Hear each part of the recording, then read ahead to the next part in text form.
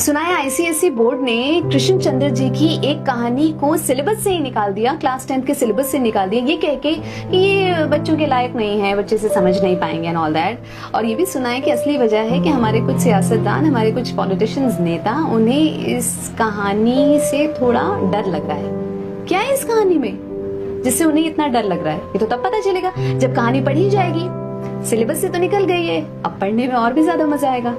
जामुन का पेड़, कृष्ण चंद्र जी, 1961 में उसे पद्म भूषण से नवाजा गया था। कहानी कुछ ऐसी है। रात को बड़े जोर का अंधड़ चला।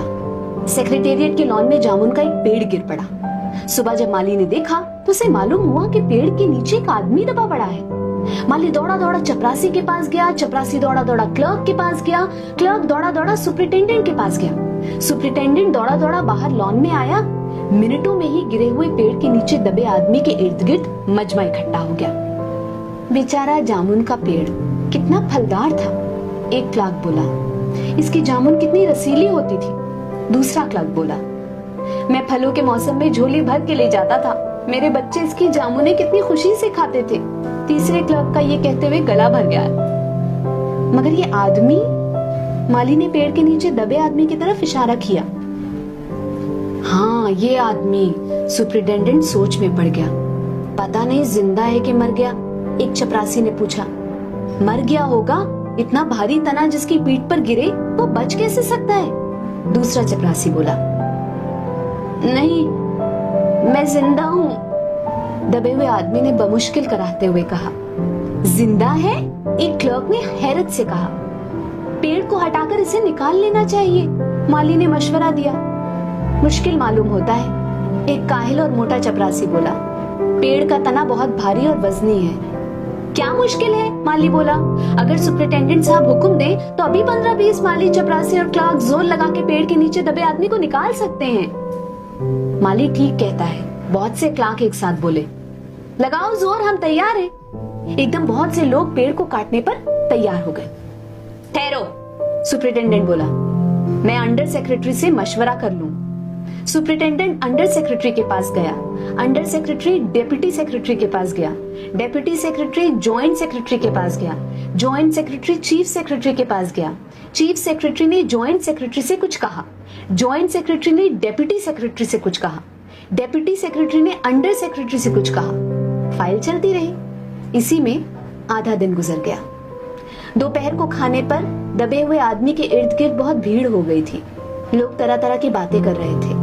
कुछ मनचले क्लर्कों ने मामले को अपने हाथ में लेना चाहा। वो हुकूमत के फैसले का इंतजार किए बगैर पेड़ को खुद से हटाने की तैयारी कर रहे थे कि इतने में सुपरिटेंडेंट फाइल लिए भागा भागा आया। बोला, हम लोग खुद से इस पेड़ को यहाँ से नहीं हटा सकते। हम लोग वाणिज्य विभाग के कर्मचारी हैं और ये पेड़ का मामला है। पेड़ कृषि विभाग के तहत आता है, इसलिए मैं इस फाइल को अर्जेंट मार्क करके कृषि विभाग को भेज रहा हूँ। वहाँ से जवाब आते ही इसको हटवा दिया जाएगा। दूसरे दिन कृषि विभाग से जवाब आया कि पेड़ हटाने की जिम्मेदारी तो वाणिज्य विभाग की ही बनती है। ये जवाब पढ़कर वाणिज्य विभाग को गुस्सा आ गया। उन्होंने फौरन लिखा कि पेड़ों को हटवाने या न हटवाने की जिम्मेदारी कृषि विभाग की है, वाणिज्य विभाग का इस मामले से कोई ताल्लुक नहीं है। दूसरे दिन भी फाइल चलती रही। शाम को जवाब आ गया, हम इस मामले को हॉर्टिकल्चर विभाग के सुपुर्द कर रहे हैं, क्योंकि ये एक फलदार पेड़ का मामला है और कृषि विभाग सिर्फ अनाज और खेतीबाड़ी के मामलों में फैसला करने का हक रखता है। जामुन का पेड़ एक फलदार पेड़ है, इसलिए पेड़ हॉर्टिकल्चर विभाग के अधिकार क्षेत्र में आता है। रात को माली ने दबे हुए आदमी को दाल भात खिलाया। हालांकि लॉन के चारों तरफ पुलिस का पहरा था कि कहीं लोग कानून को अपने हाथ में लेकर पेड़ को खुद से हटवाने की कोशिश न करें। मगर एक पुलिस कांस्टेबल को रहम आ गया और उसने माली को दबे हुए आदमी को खाना खिलाने की इजाजत दे दी। माली ने दबे हुए आदमी से कहा, तुम्हारी फाइल चल रही है, उम्मीद है कि कल तक फैसला हो जाएगा। दबा हुआ आदमी कुछ न बोला। माली ने पेड़ के तने को गौर से देखकर कहा, अच्छा है तना तुम्हारे कूल्हे पर गिरा, अगर कमर पर गिरता तो रीढ़ की हड्डी टूट जाती। दबा हुआ आदमी फिर भी कुछ न बोला। माली ने फिर कहा, तुम्हारा यहाँ कोई वारिस हो तो मुझे उसका अता पता बताओ, मैं उसे खबर देने की कोशिश करूंगा। मैं लावारिस हूँ, दबे हुए आदमी ने बड़ी मुश्किल से कहा।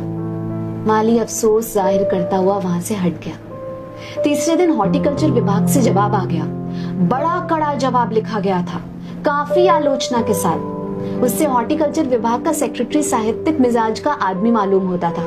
उसने लिखा था, हैरत है, इस समय जब पेड़ उगाओ स्कीम बड़े पैमाने पर चल रही है, हमारे मुल्क में ऐसे सरकारी अफसर मौजूद हैं जो पेड़ काटने की सलाह दे रहे हैं, वो भी एक फलदार पेड़ को, और वो भी जामुन के पेड़ को, जिसका फल जनता बड़ी चाव से खाती है।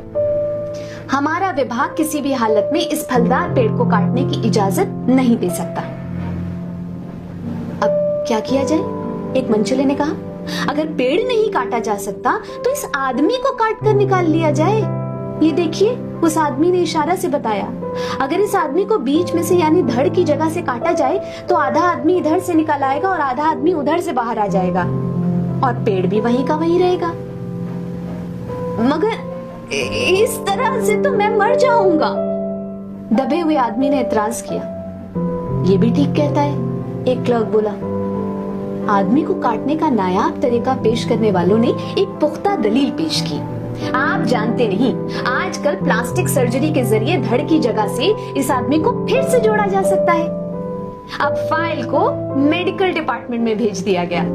मेडिकल डिपार्टमेंट ने फौरन इस पर एक्शन लिया, और जिस दिन फाइल मिली उसने उसी दिन विभाग के उस सबसे काबिल प्लास्टिक सर्जन को जांच के लिए मौके पर भेज दिया।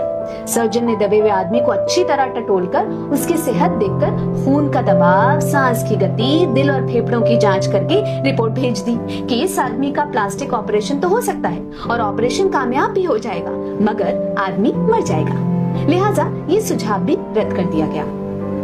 रात को माली ने दबे हुए आदमी के मुंह में खिचड़ी डालते हुए उससे बताया, अब मामला ऊपर चला गया है। सुना है कि सेक्रेटेरिएट के सारे सेक्रेटरियों की मीटिंग होगी, उसमें तुम्हारा केस रखा जाएगा। उम्मीद है सब काम ठीक हो जाएगा।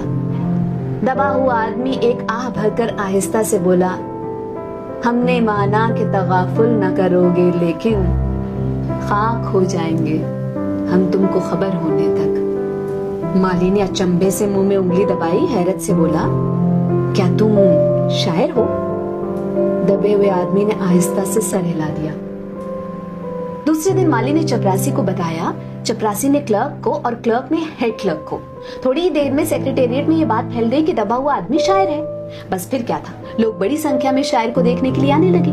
इसकी खबर शहर में फैल गई और शाम तक मोहल्ले मोहल्ले से शायर जमा होने शुरू हो गए। सेक्रेटेरिएट का लॉन भांति भांति के शायरों से भर गया। सेक्रेटेरिएट के कई क्लर्क और अंडर सेक्रेटरी तक, जिन्हें अदब और शायर से लगाव था, रुक गए। कुछ शायर दबे हुए आदमी को अपनी गजलें सुनाने लगे। कई क्लर्क अपनी गजलों पर उनसे सलाह मशवरा मांगने लगे। जब ये पता चला कि दबा हुआ आदमी शायर है, तो सेक्रेटेरिएट की सब कमेटी ने फैसला किया कि चूंकि दबा हुआ आदमी एक शायर है, लिहाजा इस फाइल का ताल्लुक ना तो कृषि विभाग से है और ना ही हॉर्टिकल्चर विभाग से, बल्कि सिर्फ संस्कृति विभाग से है। अब संस्कृति विभाग से गुजारिश की गई कि वो जल्द से जल्द इस मामले में फैसला करें और इस बदनसीब शायर को इस पेड़ के नीचे से रिहाई दिलवाई जाए। फाइल संस्कृत विभाग के अलग अलग सेक्शन में होती हुई साहित्य अकादमी के सचिव के पास पहुंची। बेचारा सचिव उसी वक्त अपनी गाड़ी में सवार होकर सेक्रेटेरिएट पहुंचा और दबे हुए आदमी से इंटरव्यू लेने लगा। तुम शायर हो? उसने पूछा। जी हाँ, दबे हुए आदमी ने जवाब दिया। क्या तखल्लुस रखते हो? अवस। अवस? सचिव जोर से चीखा, क्या तुम वही हो जिसका मजमुआ कलामे अक्स के फूल हाल ही में प्रकाशित हुआ है? दबे हुए शायर ने इस बात पर सिर हिलाया। क्या तुम हमारी अकादमी के मेंबर हो? सचिव ने पूछा। नहीं। हैरत है, सचिव जोर से चीखा, इतना बड़ा शायर, अवस के फूल का लेखक और हमारी अकादमी का मेंबर नहीं? उफ, कैसी गलती हो गई हमसे। कितना बड़ा शायर और कैसे गुमनामी के अंधेरे में दबा पड़ा है। गुमनामी के अंधेरे में नहीं, बल्कि एक पेड़ के नीचे दबा हुआ। भगवान के लिए मुझे इस पेड़ के नीचे से निकालिए। अभी बंदोबस्त करता हूँ, सचिव फौरन बोला और फौरन जाकर उसने अपने विभाग से रिपोर्ट पेश की। दूसरे दिन सचिव भागा भागा शायर के पास आया और बोला, मुबारक हो, मिठाई खिलाओ, हमारी सरकारी अकादमी ने तुम्हें अपनी साहित्य समिति का सदस्य चुन लिया है। ये लो ऑर्डर की कॉपी। अरे मुझे मगर इस पेड़ के नीचे से तो निकालो, दबे हुए आदमी ने कर्राह कर कहा। उसकी सांस बड़ी मुश्किल से चल रही थी और उसकी आंखों से मालूम होता था कि वो बहुत कष्ट में है। ये हम नहीं कर सकते, सचिव ने कहा। जो हम कर सकते थे वो हमने कर दिया। बल्कि हम तो यहाँ तक कर सकते हैं कि अगर तुम मर जाओ तो तुम्हारी बीवी को पेंशन दिला सकते हैं। अगर तुम आवेदन दो तो हम ये भी कर सकते हैं। मैं अभी जिंदा हूँ, शायर रुक रुक कर बोला। मुझे जिंदा रखो।